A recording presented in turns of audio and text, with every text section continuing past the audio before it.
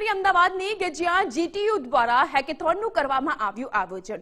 શિવાનંદ આશ્રમ ખાતે થયેલા હેકેથોનના આયોજનમાં મુખ્યમંત્રી ભૂપેન્દ્રભાઈ પટેલ રહ્યા ઉપસ્થિત, તો આરોગ્ય મંત્રી ઋષિકેશ પટેલ પણ આ કાર્યક્રમનો હિસ્સો બન્યા। આ કાર્યક્રમમાં 14 રાજ્યોની 46 જેટલી ટીમ લઈ રહી છે ભાગ। ભારતનું નિર્માણ, નવા ભારતનું નિર્માણ નવયુવાનોના જોમ, જુસ્સા અને નવા વિચારોથી જ શક્ય બનવાનું છે। આઝાદીના 100 વર્ષ પછી 2047માં આપણો દેશ કેવો હશે, તેની સામે કેવા પડકારો અને તકો હશે, તે અંગે આપણે કામ કરવાનું છે।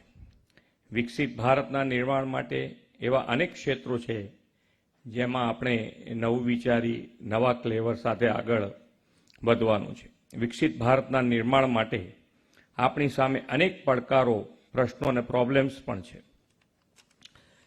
વિકાસના માર્ગ, શોધ સંશોધન, નવાચારના માર્ગો પડકારો છે, તો સાથે સાથે અનેક તકો પણ રહેલી છે।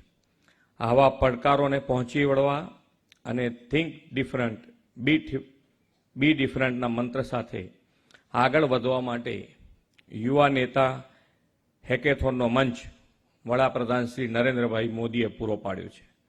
સ્માર્ટ ઇન્ડિયા હેકેથોન વિવિધ સેક્ટરના રિયલ લાઈફ પ્રોબ્લેમને સોલ્વ કરવા માટેનો આગવો મંચ છે।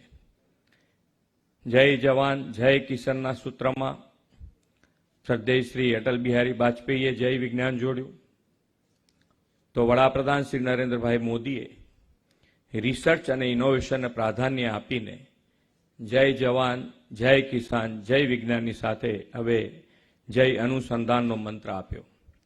સરકારી વિભાગો, વિવિધ મંત્રાલયો, વિવિધ સેક્ટરની ઇન્ડસ્ટ્રીઝ ડિફાઇન કરેલા રિયલ ટાઈમ લાઈફ પ્રોબ્લેમ સ્ટેટમેન્ટને સમજી પોતાનું ટેલેન્ટ કામે લગાડી અવનવા સોલ્યુશન લાવવા માટેનું પ્લેટફોર્મ એવું આ હેકેથોન વડાપ્રધાનશ્રીની રાહબરીમાં દેશમાં તૈયાર થયું છે।